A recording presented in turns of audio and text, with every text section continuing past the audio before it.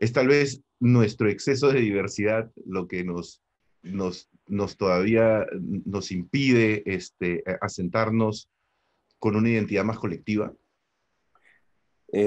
Sí, definitivamente, ¿no? Mira, en Ecuador, la población que se autoidentifica indígena es incluso menor. Sin Ajá. embargo, el movimiento indígena que se ha visto recientemente, ¿no? Que ha como puesto al gobierno contra las cuerdas y lo obligó a negociar una serie de cosas, es muy fuerte, ¿no? La organización indígena es muy, muy fuerte. Lo que yo creo que ha pasado en el Perú es que, sin haberlo visto de esa manera, lo que hemos visto en las últimas décadas y a lo largo de todo el siglo XX principalmente, ¿no? Ha sido una represión constante, muy, ¿no? Continua sobre la población indígena, ¿no? Y represión y violencias de diferente tipo, ¿no? O sea, la represión directa, Bagua, ¿no? Lo que se ve en las Bambas, en fin, ¿no? En estos conflictos, esa es la forma en que el Estado se relaciona con la población indígena, ¿no? Más allá de quién tenga la razón en estos conflictos específicos, ¿no? Pero tú dices, indígena Estado en el Perú, represión. Claro. Pero la otra forma, Jaime, es mucho más sutil y normalizada, ¿no?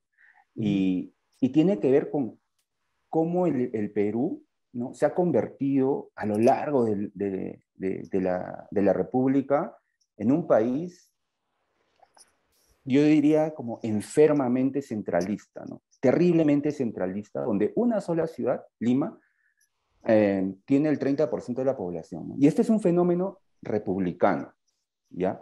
Lima era una ciudad con mucho poder, pero pequeña durante la colonia. No tenía estas dimensiones. Pero entonces, ¿qué pasa con la gente que migra, ¿no? Migran por pobreza, por oportunidades, acceso a trabajo, por la violencia en los años 80, ¿no? Huyendo del terrorismo. Son personas que se desarraigan de sus zonas de origen. Incluso ahí puedo mencionar a mi familia, también es una familia migrante que llegó a Lima a principios de los años 80 y nos desarraigamos, o sea, dejamos nuestras casas, o sea, todas las cosas para empezar desde cero, ¿no? Pero lo que te impone Lima, lo que te impone las ciudades en general, cuando tú eres una persona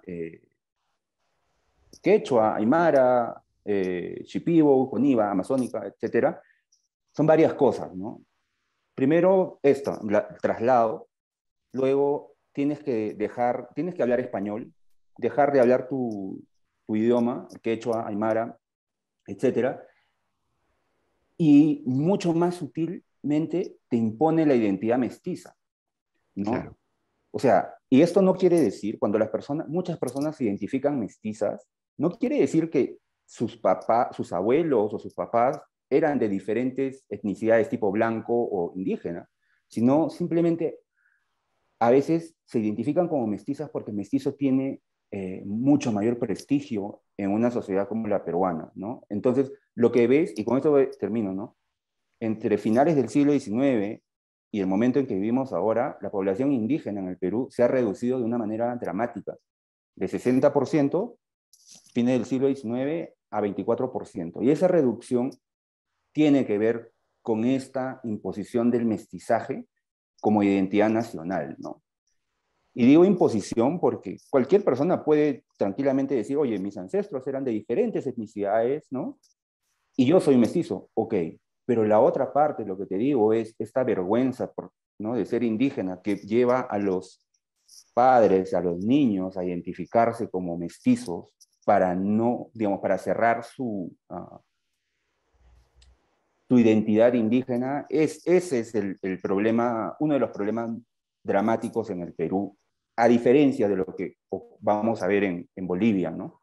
Claro, claro. O sea, tú cuando dices esa reducción del 60 al 20 y algo por ciento, estamos hablando de la autopercepción, ¿no? De cómo la gente se identifica cuando lo dice, ¿no? Porque como dices, no necesariamente es porque ya haya habido un proceso de mestizaje, por así llamarle, sino Claro. porque la gente se identifica de esa forma, ¿no?